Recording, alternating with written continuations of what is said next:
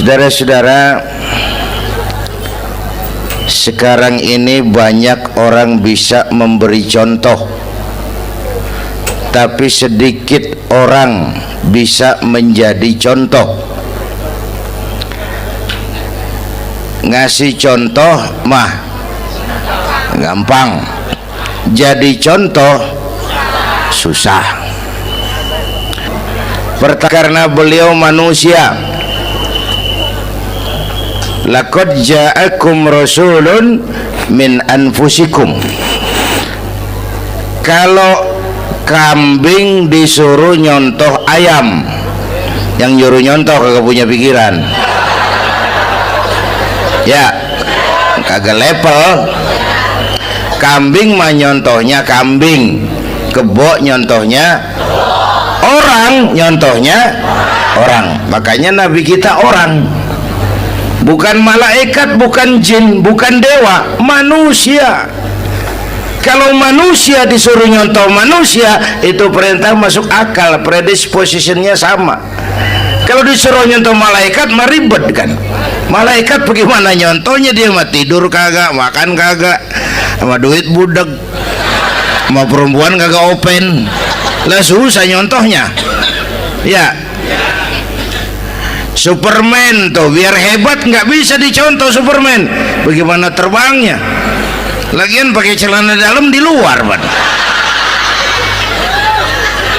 Nggak bisa dicontoh Superman mah.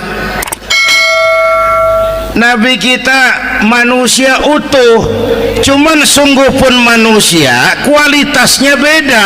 Ini namanya basyarun la kal basyari.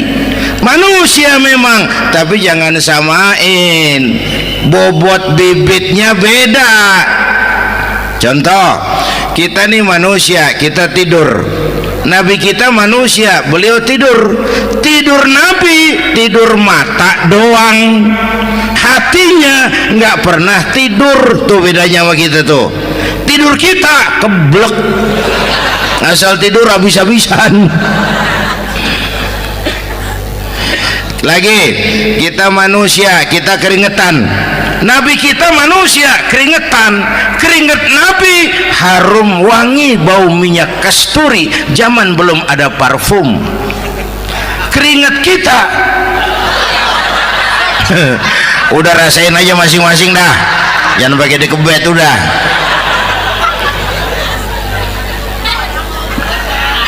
Contoh lagi, kita nih manusia nih, kita beludah nggak?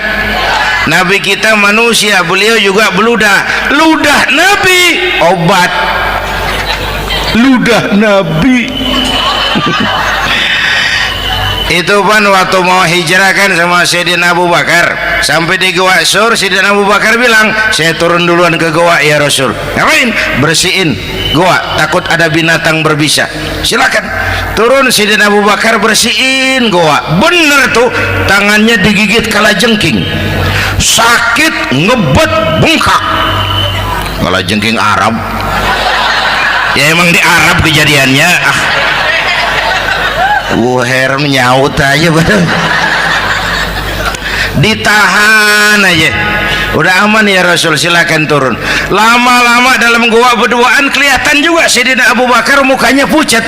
Nabi tanya, mabalu kayak Abu Bakar? Abu Bakar kenapa? Nggak apa-apa. Berat meninggalkan Mekah? Enggak.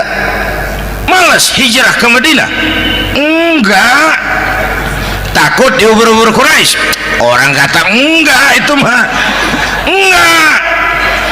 Lah kenapa muka kamu pucat? Tangan digigit kalajengking.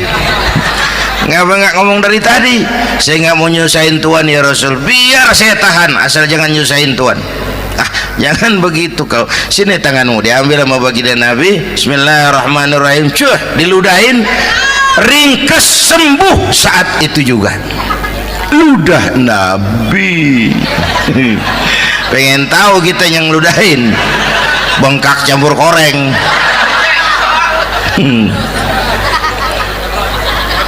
Satu tuh alasannya kenapa Nabi dijadikan contoh, karena manusia. Kalau manusia disuruh nyontoh manusia pasti bisa dong ya.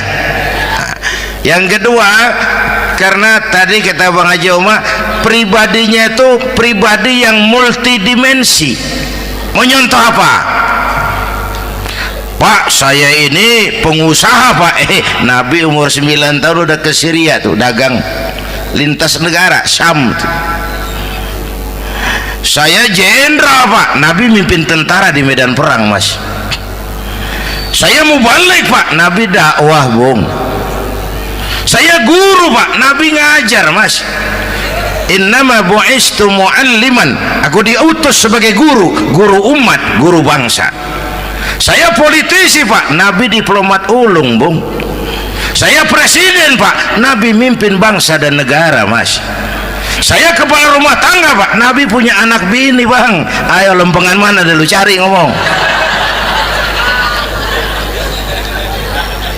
Malah Nabi Isa tuh nggak bisa jadi contoh bagaimana membina rumah tangga bahagia. Bagaimana membina rumah tangga bahagia menurut contoh Nabi Isa? Nggak ada Mas. Kenapa? Nabi Isa belum sempat kawin. Ya, Nabi Isa belum sempat kawin. Ada pengikut Nabi Isa menyangka nggak kawin ajaran Nabi Isa, pada ngikut lagi nggak kawin. Tuh pastor tuh mubazir. Nah, orang dikasih perabotan.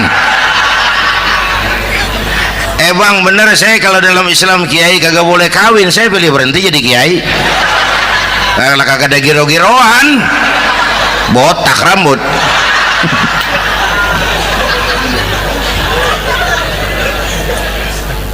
Makanya Bang Haji Oma cerita poligami saya girang banget tadi. Bukan yang ngomong ahlinya soalnya.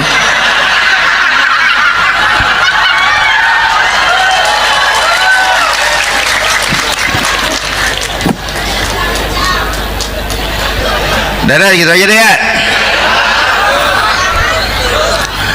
Nah, kata Imam Busair nih yang dahsyat, ka'annahu wa huwa fardun fi jalalatihi fi askarin hina talqahu wa fi hasham.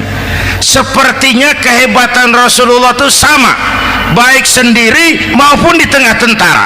Artinya begini, orang hebat banyak, tapi yang hebat di mana-mana susah nyarinya. Baginda Rasul ini lagi duduk hebat, lagi jalan hebat, ada di pasar hebat, lagi di masjid hebat, di medan perang hebat, di depan anak-anak hebat, di mata musuhnya hebat, di depan sahabatnya hebat, di mata istrinya hebat, di mana-mana hebat. Lah susah cari orang begini Bang. Ya, kita mah hebat juga setempat. Di kantor hebat, sekantor orang diomelin. Di kantor, pulang ke rumah dikeplak sama bininya diem aja. Ini di depan bininya dia kagak hebat dia mah.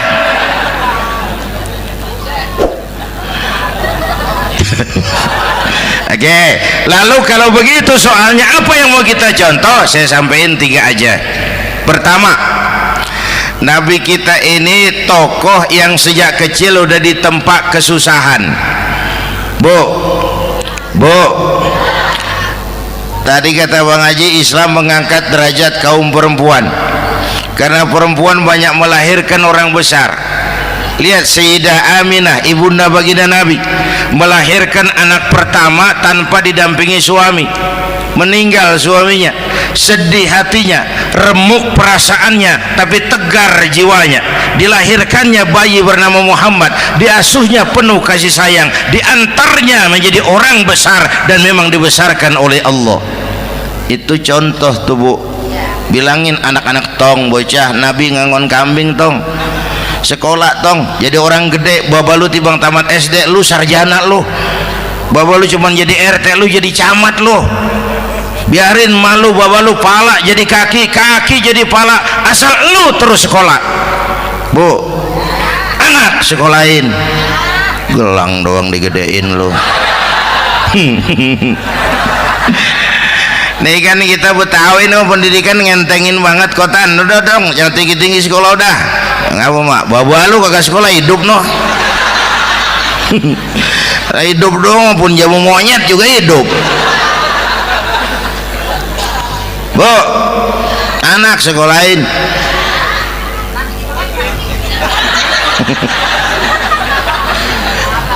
Mahatma Gandhi, kecilnya begeng, ceking, cacingan, liatim. Emaknya tuh, Gandhi sekolah nak, Gandhi belajar nak, Gandhi jadi orang besar nak. Kalau perlu belajar ke Inggris, biar Inggris menjajah kita. Gak apa-apa kau sekolah ke Inggris, tapi jangan jadi Inggris nak. Jangan pacaran sama bule, jangan sentuh minuman keras. Gandhi jadi orang besar. Mahatma Gandhi tumbuh karena dorongan emak. Mak, udah yatim. James Watt, Kang Bandrek. Emaknya tuh yang dorong tuh jadi orang besar. Belum lagi perempuan yang jadi besar. Di Indonesia ada Kartini, di Jawa Tengah ada Dewi Sartika, di Jawa Barat Dewi Sartika, di Bengkulu ada Fatmawati Soekarno, sang penjahit bendera merah putih. Di Aceh muncul Laksamana Malahayati, disusul kemudian oleh Cut Nyadin, baru kemudian muncul Cut Koko, Cut Meme, Cut, ya udah tak cut lain dah.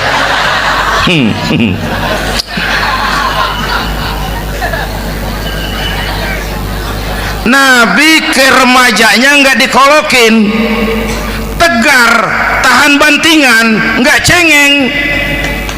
Begini bang, kalau bahasa kita nih, bahasa Betawi nih, orang mah bang kalau udah biasa susah ketemu susah nggak kaget udah. Ya kita Betawi kan mah susah udah nukangin. Susah mulu. Saya santri nih biasa makan kangkung, datang ke rumah temen dikasih kangkung, makanan gue ini mat, dikasih daging ayam lah nambah, emang apa? Orang mah kalau biasa susah enak nggak kagetan. Saya santri biasa tidur di masjid, disuruh nginep di hotel lah pules nggak? Tapi yang biasa tidur di hotel suruh nginep di masjid encok. Makanya kemarin tuh waktu menteri-menteri baru dilantik tuh saya ngarepin tuh, mudah-mudahan nih menteri ini begitu dilantik bacaannya nawaitu sauma ghadin. Lu pada niat puasa dulu dah, entaran. Puasa kan bukan kagak boleh, nunda doang, nunda puasa mah. Tempe boleh maghrib, tahu boleh maghrib, air kelapa boleh maghrib. Lu menteri pada mau naik mobil mewah boleh ntar kalau ekonomi udah mendingan, rakyat udah pada legaan napasnya. Ya sebab apa? Itu duit buat mobil para menteri kan duit negara. Duit negara kan duit rakyat. Duit rakyat kan duit gue juga, itu ada di situ.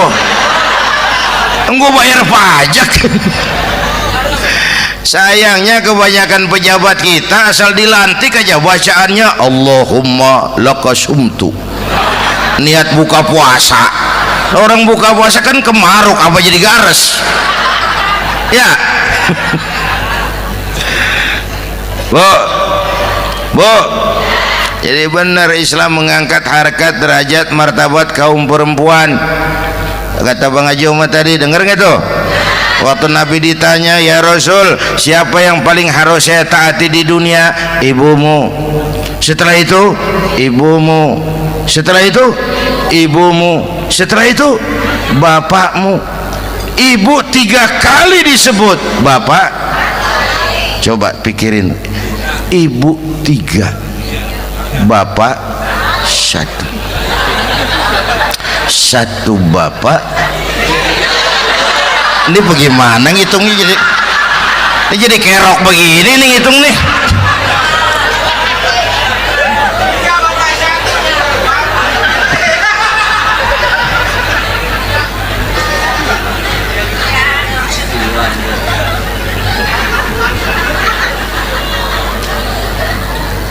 Jangan takut ngadepin susah. Hidup nih keras, kerja keras, perseringat banting tulang. Ya Bu. Satu. Yang kedua, contoh dari Nabi, orang yang paling bersih hatinya Rasulullah, orang yang paling baik akhlaknya Rasulullah, orang yang bahkan sudah dapat jaminan ampun dari segala dosa Rasulullah. Tapi orang yang kalau sholat malam sampai bengkak kakinya karena rajin sujud Rasulullah. Aspek ibadah. Apaan? Hei, diam-diam giliran gue ini ngomong.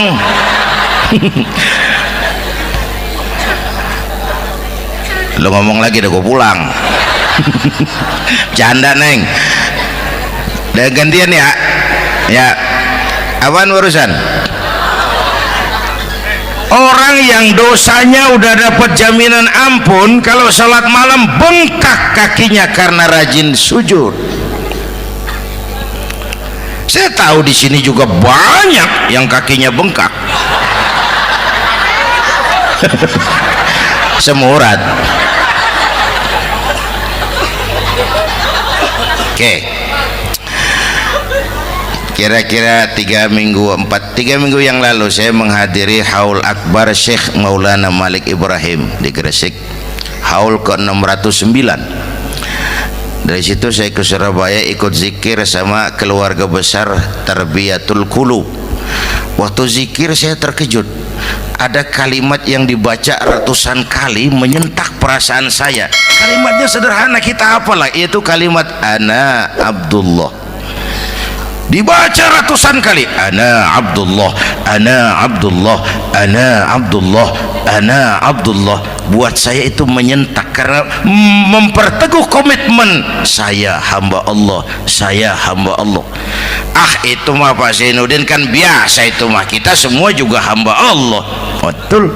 Ayo kita bikin luar biasa. Saya mau tanya, Bapak Ibu hamba Allah apa bukan? 3 orang. Ibu hamba Allah apa bukan? Hamba Allah. Kata siapa? Nah, kata ibu sendiri.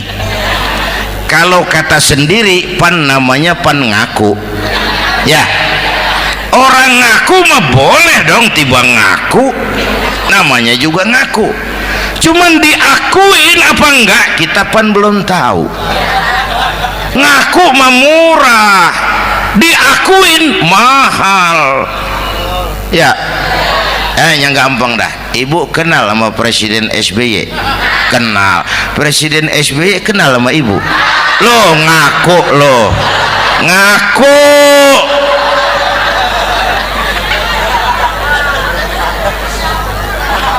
Saya hamba Allah, kata saya.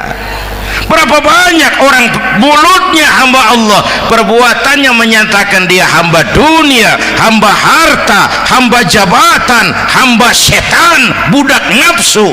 Nggak sesuai ucapan sama perbuatan. Yuk jadi hamba Allah yang beneran. Jangan separuh-separuh. Kita mapan asal sakit mah hamba Allah. Ya Allah, ya Allah, lagi sakit, sehat ya dikit, keder, nyari masjid nggak ketemu.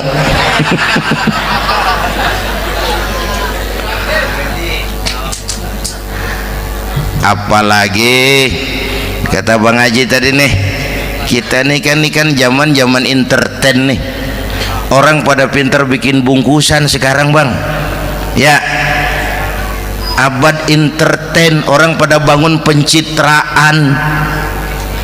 Tadi itu kiai sama dukun tipis bedanya. Dukun pada pasang iklan sekarang, ketik reg. Waduh, sampean lahir hari Selasa, nggak cocok di air, ono di hutan sono. Larang udah dagang es jadi berhenti, nggak cocok di air.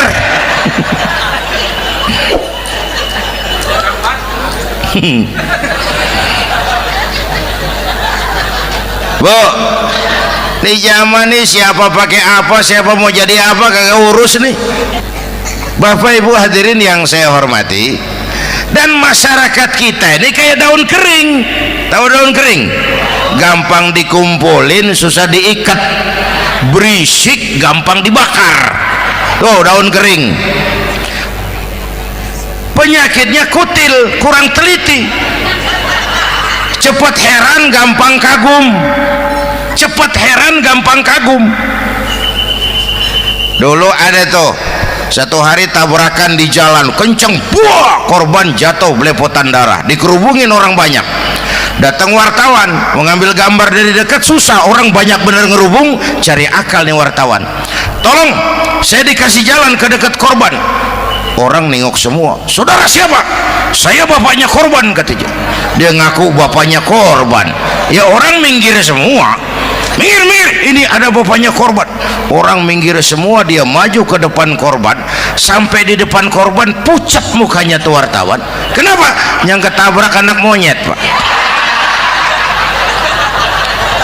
Dia udah kedongan ngaku bapaknya korban.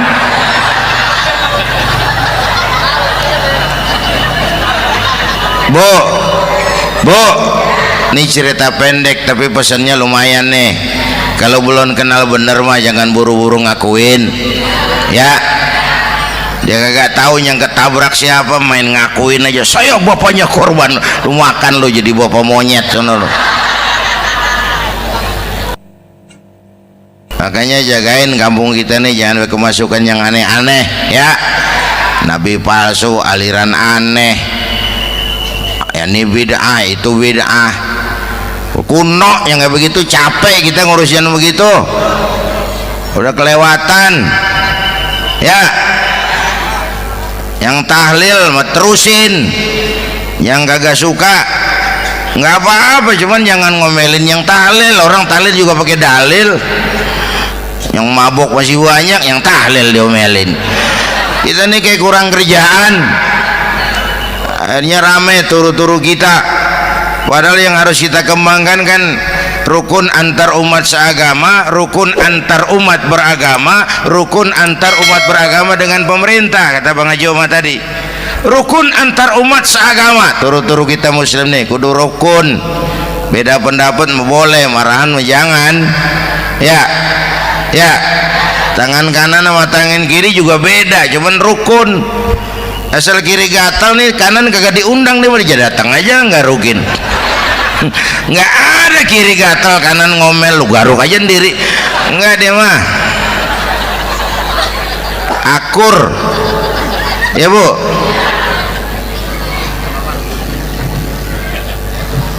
Yang kedua rukun antar umat beragama. Islam ini rahmatan lil. Yang ketiga rukun antar umat beragama dengan pemerintah. Ini mah kita kan bermasyarakat sama juga sembahyang berjamaah, ada imam ada makmum, ya. Nih rakyat kalau jadi pemilih yang pintar ke depan, nah, mau milih wali kota kayak gubernur kayak presiden kayak. Sebab apa? Sholat berjamaah kan siapa makmum kagak penting, Bang. Makmum mah siapa aja boleh, ya.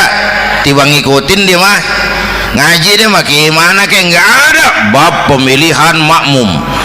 Nggak usah, makmum mah kagak usah dipilih, siapa aja boleh, ya. Bang, tuh orang budak, Bang, boleh jadi makmum. Bacanya kagak fasih, boleh jadi makmum. Ketinggalan satu rakaat, boleh jadi makmum. Tapi nggak tiap orang boleh jadi imam. Siapa yang dipilih jadi imam? Pertama a'lamuhum, kata Nabi.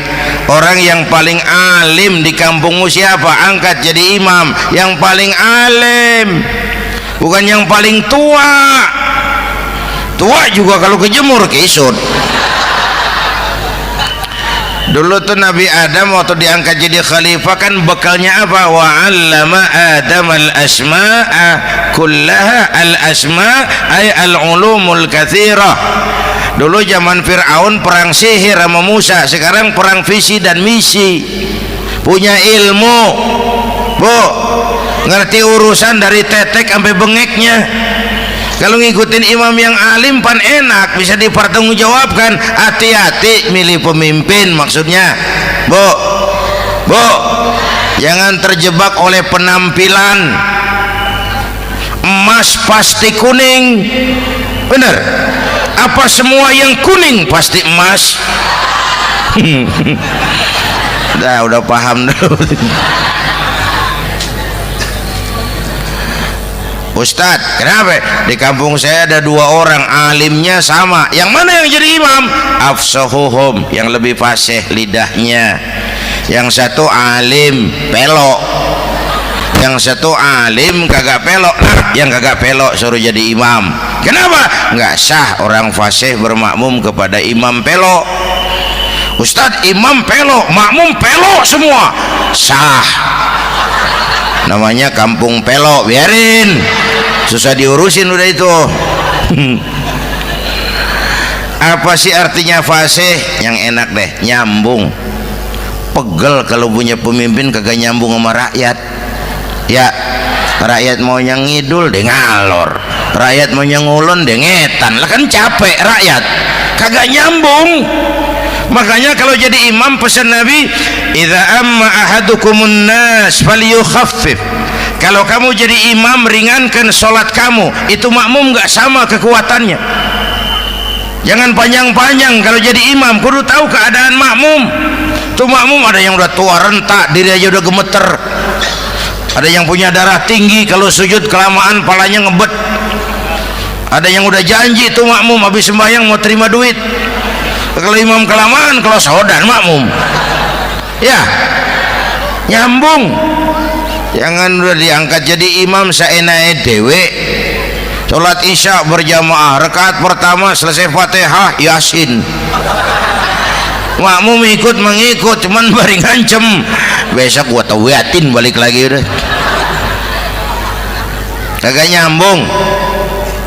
Kalau nggak nyambung tuh capek, Bu. Jangan tersenyum kepada orang buta, jangan berbisik kepada orang tuli. Kagak nyambung. Orang buta diajak senyum, bagus sih maksudnya, cuman kan rada mubazir. Orang kagak paham. Cari pemimpin yang nyambung. Kalau memang masyarakatnya suka tahlil, cari pemimpin yang suka tahlil. Rakyatnya suka maulid, cari pemimpin yang suka maulid, supaya nyambung, kagak pegel kita.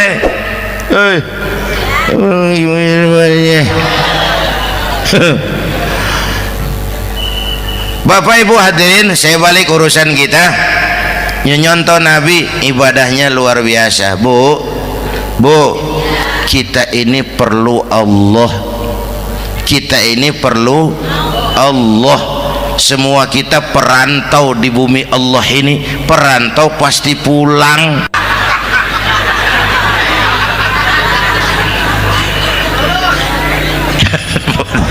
Bolot, bodoh kalau ada perantau. Dia sadar dia perantau tapi nggak pernah mikirin pulang. Lebih bodoh lagi mikirin pulang tapi nggak nyiapin bekal. Kan tadi Bang Haji Omah udah bilang tuh, muda mati. Ya, kadang-kadang engkongnya segar banget, cucunya mati. Ya, perantau mah mesti pulang. Sini mah kita ngendon doang, ngendon taran. Mula-mula pan Bang, kita mah tinggalnya jauh di alam arwah. Dari sana pindah ke alam rahim, alam kandungan emak nih. Pernah tinggal di situ 9 bulan tuh. Ada yang 2 tahun, yang keluar udah kumisan. Kelamaan ngetemnya itu.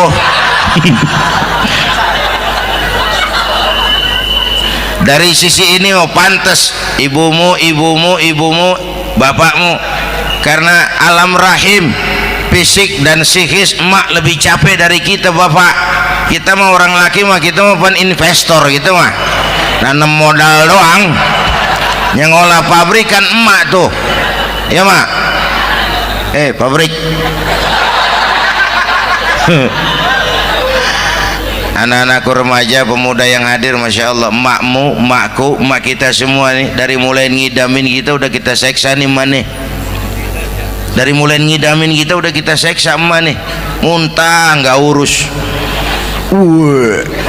Mending ada yang dikeluarin mah enak, lega. Ini kagak ada apa-apanya. Bener mak.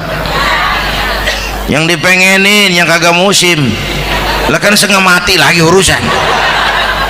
Tengah malam pengen megang pala kereta, lu jorok bener lu, gue heran.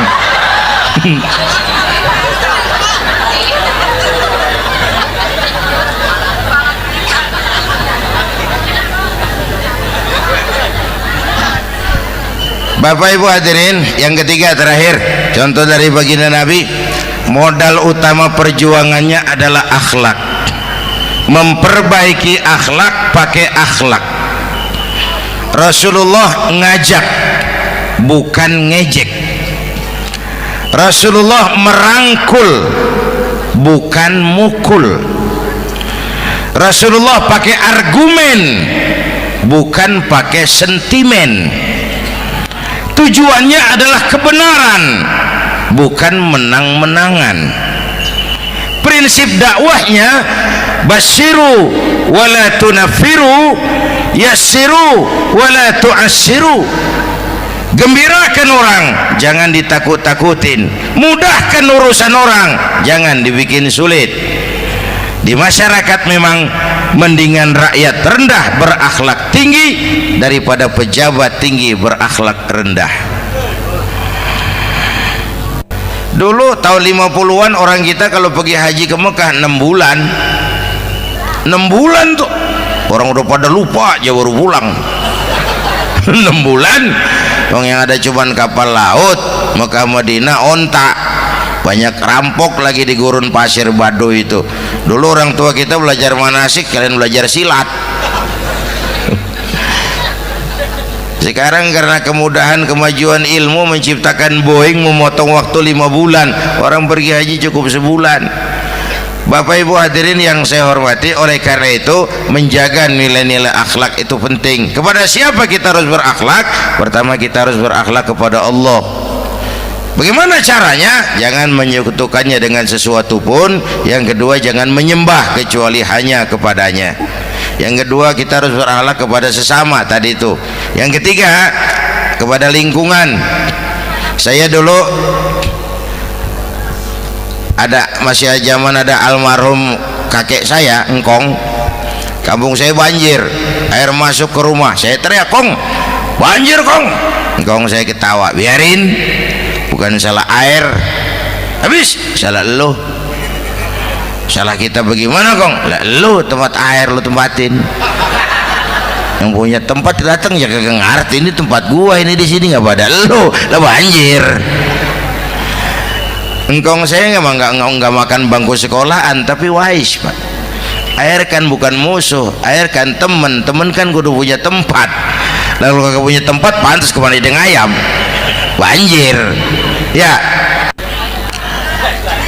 Dulu saya remaja ngaji babul istinja, kiai ngajar makruh buang air kecil di tanah berlubang. Saya tanya, kenapa makruh kiai? Pertama, untuk alasan kesehatan, siapa tahu di lubang yang kamu kencingi ada gas beracun. Kalau tidak kiai, kalau tidak maka artinya melindungi binatang yang ada di dalam lubang. Siapa tahu di lubang yang kamu kencingin ada semut sedang rapat membahas laporan Susno 2Ji. Apa dosanya lalu mati dikencingin? Ini namanya rahmatan li semut. Saya mau bilang alam sekarang tidak seramah dulu karena kita juga nggak ramah sama alam. Bapak Ibu hadirin yang saya hormati, padahal watak Islam rahmatan lil alamin. Inilah barangkali